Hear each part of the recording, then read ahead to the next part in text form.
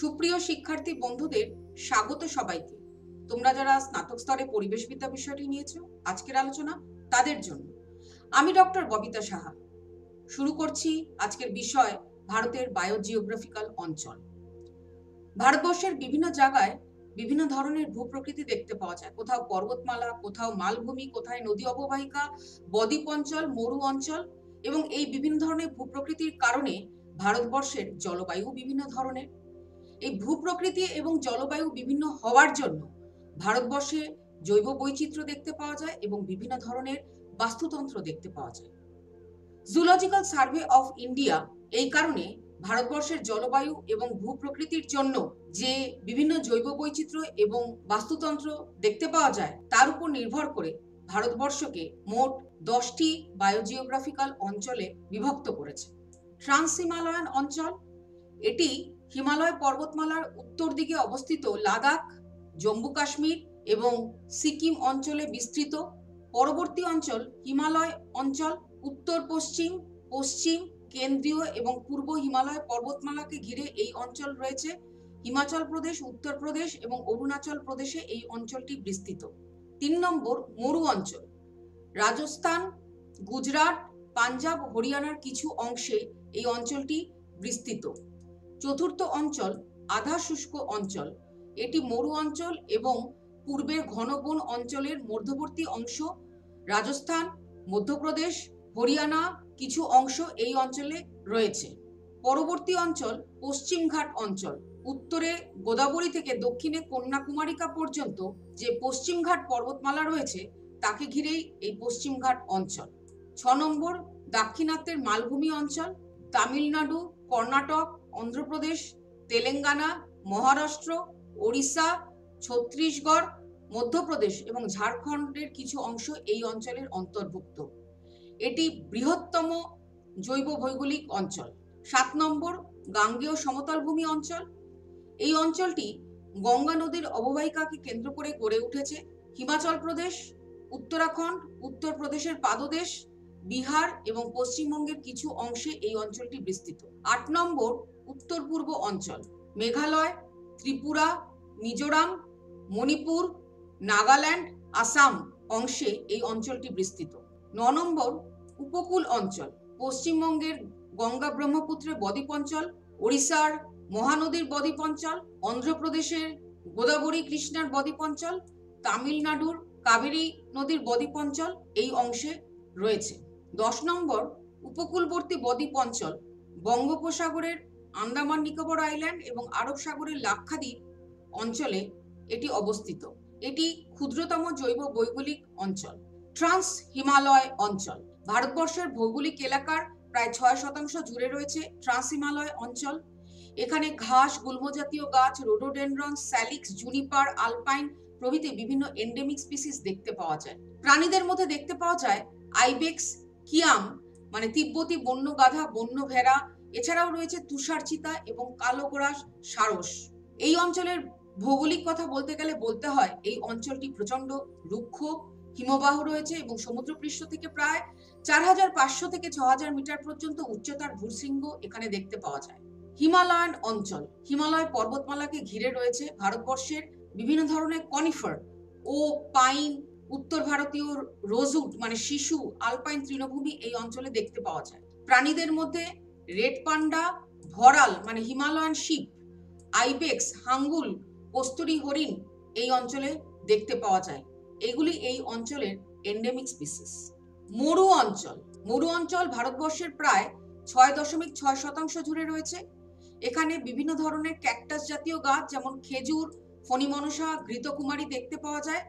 এগুলো সবই শুষ্ক জেরোফাইটিক উদ্ভিদ। এখানে প্রাণীদের মধ্যে বন্য গাধা, বন্য নেকড়ে, বন্য শিয়াল, কৃষ্ণসার, উট, মোলক হরিদাস, র্যাটল স্নেক ইত্যাদি দেখতে পাওয়া যায়।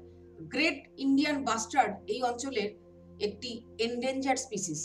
এই অঞ্চলে গ্রীষ্মকালে প্রচন্ড শুষ্ক এবং গরম, শীতকালে আবার প্রচন্ড ঠান্ডা। বৃষ্টিপাতের পরিমাণ অত্যন্ত কম, 70 সেন্টিমিটারের নিচে বৃষ্টিপাত। পরবর্তী অঞ্চল আধা শুষ্ক অঞ্চল, এটি ভারতবর্ষের 16.6% জুড়ে রয়েছে। এখানে বিভিন্ন ধরনের কাটা জাতীয় বন এবং সাভানা জাতীয় ঝোপঝাড় বা শুষ্ক পর্ণমোচী বনও দেখতে পাওয়া যায়। এখানে কৃষ্ণসার হরিণ, চিঙ্গারা, নীলগাই, গ্রেট ইন্ডিয়ান বাস্টার্ড দেখতে পাওয়া যায়। এখানে বার্ষিক বৃষ্টিপাতের পরিমাণ প্রায় 1000 মিলিমিটারের মতো এবং এই অঞ্চলটিকে মরু অঞ্চল এবং পূর্বের ঘন বন অঞ্চলের মধ্যবর্তী অঞ্চল হিসেবে চিহ্নিত করা যায়। পশ্চিমঘাট অঞ্চল পশ্চিম উপকূলবর্তী অঞ্চল, যা উত্তরে গোদাবরী থেকে দক্ষিণে কন্যাকুমারিকা পর্যন্ত বিস্তৃত এবং ভারতের প্রায় ভৌগোলিক এলাকার 4% জুড়ে রয়েছে। এই অঞ্চলটি চিরহরিৎ বনাঞ্চল। এখানে 15,000 উদ্ভিদ প্রজাতির মধ্যে প্রায় 4,000ই হচ্ছে এন্ডেমিক স্পিসিস। এখানে নীলগিরি লেঙ্গুর দেখতে পাওয়া যায়, বিশেষ ধরনের গ্রিজেলড জায়ান্ট স্কুইরেল দেখতে পাওয়া যায়, হরিণ দেখতে পাওয়া যায়, মালাবার গ্রে হর্নবিল দেখতে পাওয়া যায় এবং এগুলো বেশিরভাগই বিপন্ন প্রায় প্রাণী। এখানে বার্ষিক বৃষ্টিপাতের পরিমাণ 200 সেন্টিমিটারের মতো, মাঝে মাঝেই ভারী বৃষ্টিপাত হয়। দাক্ষিণাত্যের মালভূমি অঞ্চল, এটি ভারতবর্ষের বৃহত্তম জৈব ভৌগোলিক অঞ্চল, প্রায় ভারতবর্ষের 42% জুড়ে রয়েছে। এখানে পর্ণমোচী বন দেখতে পাওয়া যায়, কাটা বন দেখতে পাওয়া যায় বা শাল সেগুন উদ্ভিদও দেখতে পাওয়া যায়। এখানে নীলগাই, চৌসিঙ্গা, বন্য মহিষ দেখতে পাওয়া যায়। 7 নম্বর গাঙ্গেয় সমতল ভূমি অঞ্চল, যা কিনা গঙ্গা নদীর অববাহিকাকে কেন্দ্র করে গড়ে উঠেছে। ভারতবর্ষের প্রায় 10.8% জায়গা জুড়ে রয়েছে গাঙ্গেয় সমতল ভূমি অঞ্চল। এখানে হিমালয়ের শাল গাছের প্রাধান্য দেখতে পাওয়া যায়। এছাড়াও শুষ্ক পর্ণমোচী বন দেখতে পাওয়া যায়। একশৃঙ্গ গন্ডার, চিঙ্গারা, হাতি এই অঞ্চলে দেখতে পাওয়া যায়। হগ হরিণ দেখতে পাওয়া যায়। এখানে ভৌগোলিক অবস্থান বলতে গেলে বলতে হয় অত্যন্ত উর্বর, পলিমাটি সমৃদ্ধ এবং যা কৃষিকাজকে সমৃদ্ধ করে। উত্তর পূর্ব অঞ্চল, এই অঞ্চলে বৃষ্টিপাত সবচেয়ে বেশি, 10,000 মিলিমিটারের বেশি বৃষ্টিপাত হয়। এটি ভারতবর্ষের প্রায় 5.2% এলাকা জুড়ে রয়েছে। গ্রীষ্মমণ্ডলীয় রেন ফরেস্ট দেখতে পাওয়া যায়। বাঁশ, বিভিন্ন ধরনের অর্কিড, ফার্ন এখানে দেখতে পাওয়া যায়। এটি জৈব বৈচিত্র্যের হটস্পট। এখানে গন্ডার দেখতে পাওয়া যায়, বন্য মহিষ দেখতে পাওয়া যায়, পিগমি হগ এবং হিসপিড হরে, যেটা আসামের খরগোশ, বিপন্ন প্রজাতি দেখতে পাওয়া যায়।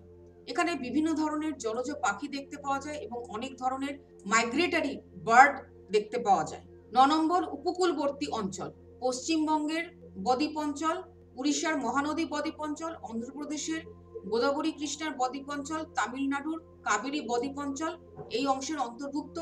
এই অঞ্চলে বিশেষ বৈশিষ্ট্য ম্যানগ্রোভ জাতীয় উদ্ভিদ দেখতে পাওয়া যায়, কোরাল রিফ দেখতে পাওয়া যায়, প্রাণীদের মধ্যে ডুগং দেখতে পাওয়া যায়, যা কিনা স্তন্যপায়ী প্রাণী এবং এটি বিলুপ্ত প্রায়। হ্যামব্যাক ডলফিন দেখতে পাওয়া যায় এবং বিশ্বের বৃহত্তম ম্যানগ্রোভ এলাকা সুন্দরবন এই অঞ্চলেই অবস্থিত। সর্বশেষ জৈব ভৌগোলিক অঞ্চলটি হলো উপকূলবর্তী বদ্বীপ অঞ্চল, আন্দামান নিকোবর এবং লাক্ষাদ্বীপ। এটি সবচেয়ে ক্ষুদ্রতম জৈব ভৌগোলিক অঞ্চল, ভারতবর্ষের মাত্র 0.3% জুড়ে রয়েছে। গ্রীষ্মমণ্ডলীয় চিরহরিৎ আর্দ্র বন দেখতে পাওয়া যায় এবং এই অঞ্চলটি মূল ভূখণ্ড থেকে বিচ্ছিন্ন হওয়ার কারণে উদ্ভিদ এবং প্রাণীর প্রজাতিগত সমৃদ্ধি সবচেয়ে বেশি। এখানে কোরাল রিফ দেখতে পাওয়া যায়, ডুগং দেখতে পাওয়া যায়, বিভিন্ন ধরনের হর্নবিল দেখতে পাওয়া যায়, হামব্যাক ডলফিন দেখতে পাওয়া যায়, কচ্ছপ দেখতে পাওয়া যায়। জলবায়ু এবং ভূপ্রকৃতির বিভিন্নতার কারণে যে জৈব বৈচিত্র্য এবং বিভিন্ন ধরনের বাস্তুতন্ত্র ভারতবর্ষে দেখতে পাওয়া যায়, তাকে ঘিরে বিভিন্ন জৈব ভৌগোলিক অঞ্চল চিহ্নিত করা হয়েছে। তা নিয়ে আজ আমরা বিস্তারিত আলোচনা করলাম। শেষ করছি।